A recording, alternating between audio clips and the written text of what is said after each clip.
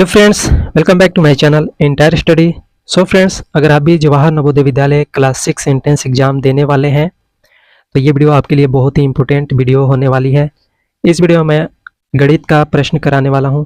तो इस चैप्टर को मैंने लास्ट वीडियो में पढ़ाया था। इसका जो भी थ्योरी था हमने पढ़ा दिया और जो भी क्वेश्चन था इसको मैंने, जो भी उदाहरण था इसको मैंने बताया था, इसको सॉल्व कराया था। 9 उदाहरण दिया गया था, तो इसको हमने कंप्लीट कर लिया है।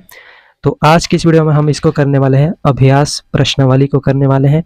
इसमें 38 प्रश्न दिया गया है, तो इसमें से हम क्या करेंगे, आज 20 प्रश्न करेंगे और उसके बाद जो भी प्रश्न बचेगा उसको नेक्स्ट वीडियो में करेंगे। तो आज हमारा मैथमेटिक्स का दूसरा वीडियो है। अगर आपने पहली बार हमारे चैनल पर ज्वाइन किया है, पहली बार आए हैं, तो मैं आपको बता दूं कि जवाहर नवोदय विद्यालय का कंप्लीट तैयारी मैं आपका करा रहा हूं। इस बुक से, अरिहंत पब्लिकेशन का ये बुक है, बहुत ही बेस्ट बुक है। तो इस बुक से मैं कंप्लीट तैयारी प्रिपरेशन करा रहा हूं। तो आप भी हमारे चैनल से जुड़ जाइए। पहली बार आए हैं तो चैनल को सब्सक्राइब कर लीजिए और जो भी क्लास करना है आपको हमारे चैनल पे प्लेलिस्ट मिल जाएगा। मेंटल एबिलिटी का अलग प्लेलिस्ट होगा, मैथ का अलग होगा और लैंग्वेज का अलग होगा। तो आज हमारा मैथमेटिक्स का ये दूसरा वीडियो है। तो इस वीडियो को पूरा देखिएगा। वीडियो पसंद है तो लाइक कीजिएगा और अभी तक हमारे चैनल को सब्सक्राइब नहीं किए हैं तो चैनल को सब्सक्राइब कर लीजिएगा। चलिए आज की इस वीडियो को हम स्टार्ट करते हैं। तो अभ्यास प्रश्नावली देखते हैं। तो फर्स्ट क्वेश्चन दिया गया है यहाँ पे, 6, 4, 5, 3 में 6 के स्थानीय मान तथा अंकित मान में अंतर होगा। मतलब 6453 में 6 के स्थानीय मान तथा अंकित मान। तो अंकित मान मतलब होता है जातीय मान, जिसको हमने पिछले वीडियो में बताया था, जातीय मान और स्थानीय मान कैसे निकाला जाता है। तो अगर आपने उस वीडियो को नहीं देखा होगा तो जरूर देखिएगा। थ्योरी वाला वीडियो आपको मिल जाएगा हमारे चैनल के प्लेलिस्ट में। तो 6 के स्थानीय मान तथा अंकित मान में अंतर होगा। अंतर मतलब दोनों के मान को हम घटा देंगे। तो आइए देखते हैं कैसे निकाला जाता है स्थानीय मान। तो यहाँ पे फर्स्ट नंबर क्वेश्चन हमारा है, 6453 में 6 का स्थानीय मान। अब 6 का स्थानीय मान निकालने के लिए सबसे पहले आपको इस तरीके से पढ़ना है संख्या को। ये आना चाहिए आपको इकाई, दहाई, सैकड़ा, हजार। तो 6 किस स्थान पे है, हजार के स्थान पे है। तो हम क्या करेंगे, स्थानीय मान निकालने के लिए उस संख्या को लिखेंगे और गुना में संख्या का जो स्थान होगा, ये संख्या 1000 पे आ रहा है तो हम क्या करेंगे, 1000 से गुना कर देंगे। तो क्या हो जाएगा, 6000 हो जाएगा। तो 6 का स्थानीय मान 6000 हो गया। अब पूछ रहा है यहाँ पे 6 के स्थानीय मान तथा अंकित मान में अंतर होगा। अब अंकित मान कैसे निकाला जाता है, तो देखो किसी भी संख्या का अंकित मान जो होता है वही सेम होता है। तो 6 का अंकित मान क्या हो जाएगा, 6 गुना 1 बराबर 6 होगा। 4 का अंकित मान कोई पूछेगा तो 4 गुना 1 होगा, 4 होगा। 5 का कोई पूछेगा, जातीय मान या अंकित मान दोनों सेम होता है तो 5 का जातीय मान 5 हो जाएगा, 3 का जातीय मान 3 हो जाएगा। तो इस तरीके से निकाला जाता है। तो अब यहाँ पे अब 6000 में हम क्या करेंगे, 6000 में 6 को घटा देंगे। 6000 में से 6 को घटा देंगे तो हमारा यहाँ पे आंसर आ जाएगा 5994। 5994 आ गया, ये आंसर आ गया। अब यहाँ पे आपको ऑप्शन में देखना है। ऑप्शन में 5994 कहाँ दिया गया है, तो आप देखेंगे फर्स्ट ऑप्शन में ही यहाँ पे दिया गया है 5994। तो ऑप्शन ए हमारा राइट आंसर हो जाएगा। अब देखते हैं नेक्स्ट। तो नेक्स्ट क्या दिया गया है, नेक्स्ट दिया गया है 1023 में शून्य का स्थानीय मान है। 1023 में शून्य का स्थानीय मान है। तो इसको कैसे निकालेंगे, बहुत ही सिंपल है। तो देखो यहाँ पे 2 नंबर क्वेश्चन लिख लेते हैं। तो 2 नंबर क्वेश्चन में क्या दिया गया है, 1023 में शून्य का मान। तो यहाँ पे ये हो गया इकाई, ये हो गया दहाई, ये हो गया सैकड़ा, ये हो गया हजार। तो शून्य जो है सैकड़ा के स्थान पे है तो हम क्या करेंगे, पहले शून्य को यहाँ पे लिखेंगे, गुना में सैकड़ा के स्थान पे है तो 100, मतलब शून्य में 100 से गुना करेंगे। तो शून्य में किसी संख्या से गुना करते हैं तो शून्य ही होता है। इसका मतलब होगा कि शून्य का स्थानीय मान शून्य ही हो जाएगा। तो यहाँ पे ऑप्शन में देखना है कि शून्य कहाँ दिया गया है, 0 कहाँ दिया गया है। तो आप देखेंगे ऑप्शन बी में 0 दिया गया है। तो ऑप्शन बी हमारा राइट आंसर हो जाएगा। अब देखते हैं 3 नंबर प्रश्न। तो 3 नंबर प्रश्न में क्या दिया गया है, 5, 7, 4, 8, 7, 3 में 8 का स्थानीय मान है। तो सिर्फ स्थानीय मान, यहाँ पे ये प्रैक्टिस सेट है तो इसलिए पूरा प्रैक्टिस करने के लिए दिया गया है। तो अब 3 में भी देख लेते हैं। ऑप्शन क्वेश्चन नंबर 3 में देखते हैं। तो क्वेश्चन नंबर 3 में क्या दिया गया है, 5, 7, 5, 7, 4, 8, 7, 3 में 8 का स्थानीय मान। 8 का स्थानीय मान पूछ रहा। तो ये हो गया इकाई, दहाई, सैकड़ा। सैकड़ा मतलब 100। तो 8 गुना 100 कर देंगे तो कितना हो जाएगा, 800। मतलब 8 का स्थानीय मान जो होगा 800 होगा। अब आपको देखना है कि ऑप्शन में 800 कहाँ दिया गया है, तो आप देखेंगे यहाँ पे ऑप्शन सी में 800 दिया गया है। ये हमारा राइट आंसर हो जाएगा। अब देखते हैं 4 नंबर प्रश्न। तो 4 नंबर प्रश्न में क्या दिया गया है, 90,099 को निम्नलिखित रूप में लिखा जा सकता है। मतलब 90,099 को अंकों में कैसे लिखा जाएगा, संख्या में। तो यहाँ से ऐसे पढ़ के देख लेना है। ऑप्शन ए में दिया गया है इकाई, दहाई, सैकड़ा, हज़ार, 10,000, लाख, 10 लाख। तो ये तो बहुत ज़्यादा हो गया, हमसे 90,000 तक पूछ रहा है, इसमें लाख आ गया, तो ये तो ऑप्शन ऐसे ही नहीं होगा, ये ऑप्शन नहीं होगा। अब यहाँ देखते हैं ऑप्शन बी में इकाई, दहाई, सैकड़ा, हज़ार, 10,000, लाख, ये भी लाख आ गया, तो ये ऑप्शन भी नहीं होगा। अब 2 ऑप्शन बचा, इसमें से कोई एक हमारा जो है आंसर हो सकता है। अब यहाँ पे देखते हैं इसको, इकाई, दहाई, सैकड़ा, हज़ार, 10,000, तो ये हो जाएगा 90,909। तो 90,909 हमारा नहीं होगा आंसर, क्योंकि यहाँ पे 90,099 पूछ रहा है। तो अभी यहाँ पे ऑप्शन डी बचा हमारा, तो ऑप्शन डी हमारा राइट आंसर हो जाएगा। यहाँ पे देख सकते हो इकाई, दहाई, सैकड़ा, हज़ार, 10,000, 99, 90,099, मतलब ऑप्शन डी हमारा राइट आंसर हो जाएगा। तो बहुत ही सिंपल है, ये प्रैक्टिस सेट है, तो बहुत इजी क्वेश्चन दिया गया है। इसके बाद हम प्रीवियस ईयर क्वेश्चन भी करेंगे, तो आपको पहले प्रैक्टिस करना बहुत ज़रूरी है। अब देखते हैं यहाँ पे 5 नंबर प्रश्न। तो 5 नंबर प्रश्न में आप देखेंगे निम्नलिखित में से कौन सी संख्या अभाज्य नहीं है। मतलब इसमें जो भी संख्या दी गई है ऑप्शन में वो क्या है, वो है अभाज्य संख्या, और इसमें से एक जो ऑप्शन होगा उसमें भाज्य संख्या दी गई है, तो भाज्य संख्या को पहचानना है। मतलब वो अभाज्य नहीं है तो भाज्य संख्या है, उसको पहचानना है। तो 5 नंबर प्रश्न को देखते हैं। तो यहाँ पे तो 5 नंबर प्रश्न में ऑप्शन ए में क्या दिया गया है, ऑप्शन ए में दिया गया है 19। तो भाज्य संख्या कैसे पता करेंगे, अभाज्य संख्या कैसे पता करेंगे। तो देखो मैंने थ्योरी में बताया कि अभाज्य संख्या वो होती है जिसका सिर्फ 2 फैक्टर होता है, जिसका सिर्फ 2 फैक्टर होगा वो अभाज्य संख्या कहलाती है, और जिसका 2 से ज़्यादा फैक्टर होगा वो भाज्य संख्या कहलाती है। मतलब अभाज्य मतलब प्राइम नंबर और भाज्य मतलब कंपोजिट नंबर। तो यहाँ पे 19 दिया गया ऑप्शन ए में, मतलब ये क्या हो जाएगा, इसका फैक्टर देखते हैं, तो इसका फैक्टर हो जाएगा सिर्फ 2 फैक्टर होगा, यहाँ पे 2 फैक्टर, मतलब ये अभाज्य संख्या है। अब ऑप्शन बी में दिया गया है 23। अब 23 का फैक्टर निकालेंगे तो इसका फैक्टर जो होगा, इसका भी फैक्टर सिर्फ 2 ही होगा। अब 29 का देखते हैं फैक्टर, तो 29 का फैक्टर भी सिर्फ 2 ही होगा। मतलब ये सारी जो है ये अभाज्य संख्या है। अब यहाँ पे ऑप्शन डी में देखेंगे तो एक संख्या दिया गया है, ऑप्शन डी में 33 दिया गया है, 33। तो 33 का यहाँ पे फैक्टर निकालते हैं, तो 33 का फैक्टर देखोगे तो इसका फैक्टर 1 भी हो जाएगा, 3 भी हो जाएगा, 11 3 33, 11 भी हो जाएगा, 33 भी हो जाएगा। तो आप देख सकते हो इसका फैक्टर कितना आ गया, 4 फैक्टर आ गया। तो ये क्या है, ये एक भाज्य संख्या है, मतलब कंपोजिट नंबर है। तो ऑप्शन डी में हमारा दिया गया है 33, ये जो है ये एक भाज्य संख्या है, ये हमारा राइट आंसर हो जाएगा। अब देखते हैं निम्न में कौन सी संख्या एक अभाज्य संख्या है। क्वेश्चन नंबर 6 में भी दिया गया है वही, कि निम्न में से कौन सी संख्या एक अभाज्य संख्या है। अब यहाँ पे अभाज्य संख्या कौन सी है तो उसको देखना है।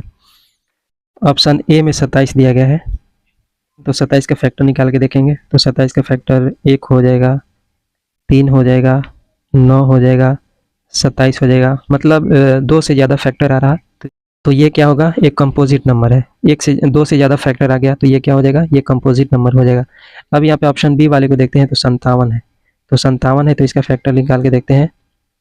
तो 57 का फैक्टर निकालते हैं तो 57 का फैक्टर 1 हो जाएगा, 3 हो जाएगा, 19 हो जाएगा, 19 3 57 होता है, और 57 हो जाएगा।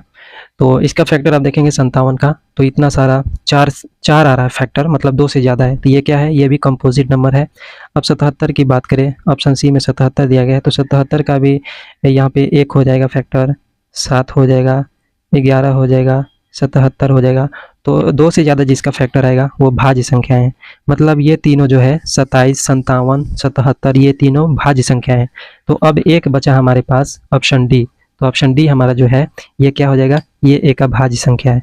तो ऑप्शन डी हमारा राइट आंसर हो जाएगा। अब मैं यहाँ पे मैं आपको दिखा देता हूँ कि अभाज्य संख्या का लिस्ट आपको याद करना पड़ेगा। अभाज्य संख्या का आप लिस्ट बना लीजिए। जैसे आप देख सकते हैं यहाँ पे हमने लिखा है प्राइम नंबर अभाज्य संख्या। तो 1 से 10 तक में कितने अभाज्य संख्या है, 4 अभाज्य संख्या है, 2 3 5 7 4 अभाज्य संख्या है। 10 से 20 तक 4 अभाज्य संख्या है, 11 13 17 19।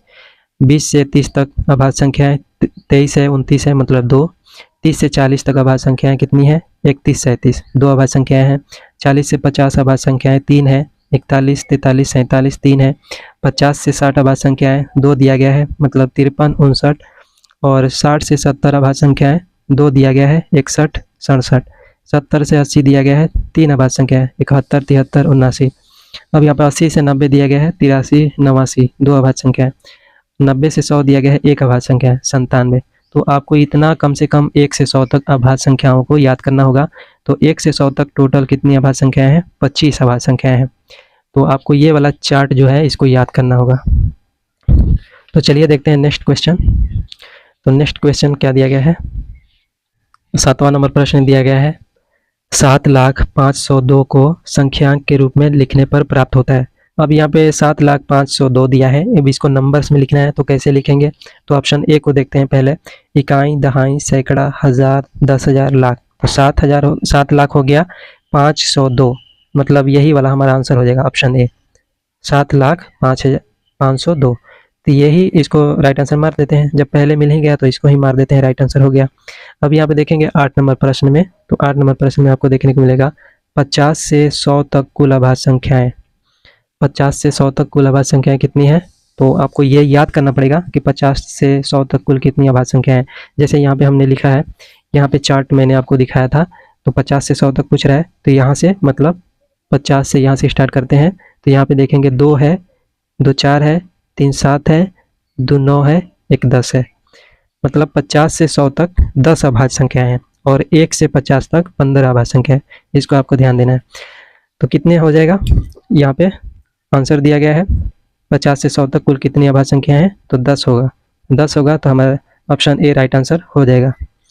अब देखते हैं 3 अंकों की सबसे छोटी संख्या है। 3 अंकों की सबसे छोटी संख्या क्या होगा? ये तो बहुत इजी क्वेश्चन है। तो 3 अंकों की छोटी संख्या पूछे तो हम क्या करेंगे? 1 लिखेंगे, फिर 2 जीरो लगा देंगे। तो हमारा यहाँ पे 100 आ रहा है, 3 अंकों की सबसे छोटी संख्या, तो ऑप्शन सी हो जाएगा हमारा राइट आंसर, 100। अब यहाँ पे देखेंगे, यहाँ पे 5 का पावर 0 दिया गया है, का मान क्या होगा? अब इसका मान पूछ रहा, 5 का पावर 0 का मान क्या होगा? अब 5 का पावर 0 का मतलब होता है किसी भी संख्या के ऊपर, किसी भी अंक के ऊपर 0 दिया हो तो उसका मान 1 हो जाता है। तो यहाँ पे 5 का मान जो है 1 हो जाएगा, ऑप्शन बी हमारा राइट आंसर हो जाएगा। अब यहाँ पे देखते हैं 11 नंबर प्रश्न। तो 11 नंबर प्रश्न में क्या दिया गया है? प्रथम 2 अभाज्य संख्याओं का योग है। तो प्रथम 2 अभाज्य संख्या कौन कौन है? यहाँ पे अभाज्य संख्या मैं एक बार और दिखा देता हूँ आपको। प्रथम 2 अभाज्य संख्या, तो यहाँ पे अभाज्य संख्या है 2 3, तो सबसे पहले कौन आ रहा? 2 3, 2 3 अभाज्य संख्या। अब दोनों को जोड़ देंगे तो 2 3 कितना हो जाएगा? 2 + 3 = 5 हो जाएगा। तो ये हमारा राइट आंसर क्या हो जाएगा? ऑप्शन बी 5 होगा। प्रथम 2 अभाज्य संख्याओं का योग 5 हो जाएगा। अब देखते हैं 12 नंबर प्रश्न। तो 12 नंबर प्रश्न में क्या दिया गया है? वह अभाज्य या ऋण संख्या बताइए जिसके इकाई स्थान पर 5 हो। तो देखो, अभाज्य संख्या सिर्फ 5 ही एक ऐसा अभाज्य संख्या है जिसके इकाई स्थान पे 5 होता है। यहाँ पे आप देख सकते हो इतना सारा अभाज्य संख्या दिया गया है, तो किसी में आपको इकाई स्थान पे 5 नहीं मिलेगा देखने को। सिर्फ एक 5 ही ऐसा अभाज्य संख्या है जो 5 होता है। तो हमारा जो है यहाँ पे ऑप्शन डी 5 हो जाएगा। सिर्फ 5 ही एक ऐसा है जिसका इकाई स्थान पे 5 होता है। अब यहाँ पे देखते हैं 13 नंबर प्रश्न। तो 13 नंबर प्रश्न में क्या दिया गया है? वह अभाज्य संख्या बताइए जो सम और अभाज्य हो। ऐसी अभाज्य संख्या बताना है जो सम हो और अभाज्य भी हो। तो यहाँ पे इतने सारे अभाज्य संख्या में आपको सम अभाज्य संख्या एक भी देखने को नहीं मिलेगा, सिर्फ एक संख्या देखने को मिलेगा आपको, 2। यहाँ पे देखेंगे 2 एक ऐसी संख्या है जो सम भी है और अभाज्य भी है। तो हमारा राइट आंसर क्या हो जाएगा? यहाँ पे ऑप्शन ए में दिया गया है 2, तो ये हमारा राइट आंसर हो गया 2। अब यहाँ पे देखते हैं नेक्स्ट क्वेश्चन। तो यहाँ पे देखेंगे 7 5 8 6 4 3 2 1 5 में 3 का स्थानीय मान। अब 3 का स्थानीय मान इसमें से निकालना है। तो 3 का स्थानीय मान निकालने के लिए सब बहुत ही इजी है। आप देखेंगे जैसे मैंने बताया, इकाई, दहाई, सैकड़ा, हजार। तो 3 किस स्थान पे है? 3 है हजार के स्थान पे। तो 3 हजार के स्थान पे है, तो हम क्या करेंगे? 3 × 1000, 3 × 1000 कर देंगे तो हमारा क्या आ जाएगा? 3000 आ जाएगा। अब 3000 आ गया तो आप देखेंगे ऑप्शन ए में 3000 दिया गया है, तो ये हमारा राइट आंसर हो जाएगा। अब देखेंगे निम्न में 3 किस संख्या इकाई स्थान पर है? निम्न में 3 किस संख्या इकाई स्थान पे है? अब इन संख्याओं में देखना है कि 3 जो है किस संख्या के इकाई स्थान पे है। तो इसमें नहीं है, इसमें नहीं है, इसमें नहीं है। अब इसमें देखेंगे ऑप्शन सी में, तो यहाँ पे 3 जो है इकाई के स्थान पे सबसे स्टार्टिंग में आपको मिल जाएगा। तो ये हमारा ऑप्शन सी राइट आंसर हो जाएगा। अब यहाँ पे देखते हैं नेक्स्ट क्वेश्चन। तो नेक्स्ट क्वेश्चन क्या दिया गया है? आप देखेंगे यहाँ पे वही क्वेश्चन आ गया यहाँ पे फिर से कि 1 का पावर 0 का मान होता है। 1 का पावर 0 का मान होता है, तो किसी भी संख्या का, किसी भी अंक का पावर 0 दिया हो तो उसका मान 1 होता है। तो हमारा राइट आंसर ऑप्शन ए हो जाएगा। अब देखते हैं 17 नंबर प्रश्न में, तो निम्न में से अभाज्य संख्या कौन सी है। इसमें अभाज्य संख्या को कैसे पहचानेंगे, तो अभाज्य संख्या वो होती है जिसका दो फैक्टर हो, सिर्फ दो फैक्टर हो, दो से ज़्यादा फैक्टर जो जिसका होता है वो भाज्य संख्या होती है। तो इसमें देखना है कि दो फैक्टर किसका आ रहा। तो चलिए इसको देखते हैं कि इसमें किसका फैक्टर 2 आ रहा है। तो यहाँ पे हम ले लेते हैं, जैसे पहली जो संख्या है 161 है, तो 161 का हम फैक्टर निकालेंगे तो 1 हो जाएगा, 7 हो जाएगा और 23 हो जाएगा। तो इसका 3 फैक्टर है, मतलब ये क्या है, ये भाज्य संख्या है। अब यहाँ पे बात करते हैं 221 के फैक्टर निकालें तो 2021 का फैक्टर हो जाएगा 1 हो जाएगा, 13 हो जाएगा, 17 हो जाएगा। तो ये भी क्या है, इसका भी 3 फैक्टर आ रहा, तो ये भी एक भाज्य संख्या हो जाएगा। अब देखते हैं 373 का फैक्टर निकालेंगे तो 373 का फैक्टर 1 हो जाएगा और ये कटेगा नहीं, तो इसका फैक्टर 373 हो जाएगा। तो इसका 2 फैक्टर आ रहा है, 2 फैक्टर आ रहा मतलब ये जो है ये भाज्य संख्या है, ये भाज्य संख्या है। 437 का भी निकाल के देख लेते हैं, तो 437 का क्या हो जाएगा फैक्टर, 437 का 1 हो जाएगा, ये 19 से कट जाएगा, 19 हो जाएगा और 23 हो जाएगा। तो इसका भी 3 फैक्टर है, मतलब ये तीनों जो संख्या है ये भाज्य संख्या है, लेकिन ये जो है ये अभाज्य संख्या है, अभाज्य, जिसका 2 फैक्टर होगा वो प्राइम नंबर होगा, अभाज्य संख्या। तो यहाँ पे हमारा जो है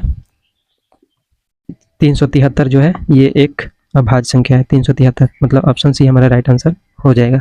अब यहाँ पे क्वेश्चन दिया गया है 18 नंबर, 2 लगातार विषम संख्याओं का अंतर है। तो 2 लगातार विषम संख्याओं का अंतर कितना होता है, तो 2 लगातार विषम संख्याओं का अंतर 2 होता है। तो यहाँ पे कैसे होता है मैं आपको बता देता हूँ। तो देखो, जैसे यहाँ पे हमने 3 लिखा और 5 लिखा, क्योंकि 3 के बाद 5 आता है जो कि दोनों विषम संख्या है, तो 3 2 5, मतलब दोनों का अंतर जो है 2 होगा। अगर 5 और 7 लें, 5 और 7 ये दोनों लगातार विषम संख्या है, इसका भी अंतर कितना हो जाएगा, 2 हो जाएगा। अगर 7 9 को लें तो इसका भी अंतर 2 हो जाएगा। तो 2 लगातार विषम संख्याओं का अंतर हमारा कितना होगा, 2 होगा। तो 2 होगा, तो ये हमारा ऑप्शन ए में दिया गया है 2, तो ये हमारा राइट आंसर हो जाएगा। अब देखते हैं 19 नंबर प्रश्न। तो 19 नंबर प्रश्न में आप देखेंगे यहाँ पे दिया गया है 28,308 में आए 8 के 2 स्थानीय मानों का अंतर होगा। यहाँ पे एक संख्या दिया गया है और इसमें 2 बार 8 दिया गया है। अब दोनों के स्थानीय मानों का अंतर निकालना है, दोनों का स्थानीय मान पहले निकालेंगे, फिर उसके बाद दोनों को घटा देंगे। तो हमारा जो प्रश्न दिया गया है 28, 30, 8, अब इसमें दोनों का स्थानीय मान पहले निकालेंगे। जैसे ये हो गया इकाई, ये इकाई हो गया, ये दहाई हो गया, ये सैकड़ा हो गया, ये हज़ार हो गया। तो यहाँ पे ये हज़ार के स्थान पे है, तो 8 गुना 1000 बराबर 8000, ये 8000 हो गया। अब ये इकाई के स्थान पे है, तो 8 गुना 1 मतलब 8, 8000 में से हमें 8 को घटाना है, 8 को घटाना है, तो हमारा हो जाएगा 7992। तो 7992 देखेंगे किस ऑप्शन में दिया गया है। तो यहाँ पे आप देखेंगे 7992 पहले ऑप्शन में दिया गया है, तो पहला ऑप्शन हमारा राइट आंसर हो जाएगा। अब यहाँ पे देखेंगे 20 नंबर प्रश्न में 10 और 20 के बीच कुल अभाज्य संख्या है। तो 10 और 20 के बीच में कितनी अभाज्य संख्याएं हैं, तो यहाँ पे आप देखेंगे 10 से 20 के बीच में कितनी अभाज्य संख्याएं दी गई है, 1 2 3 4, 10 और 20 के बीच में 4 अभाज्य संख्याएं हैं, 11 13 17 19। तो हमारा राइट आंसर क्या हो जाएगा, 4। यहाँ पे दिया गया 10 और 20 के बीच में कुल अभाज्य संख्याएं 4 है, तो हमारा राइट आंसर ऑप्शन सी हो जाएगा 4। तो इस तरीके से बहुत ईजी तरीके से आप बना सकते हैं मैथ को, और ये चीज़ें बहुत ज़रूरी हैं, इसको ज़रूर याद कर लेना।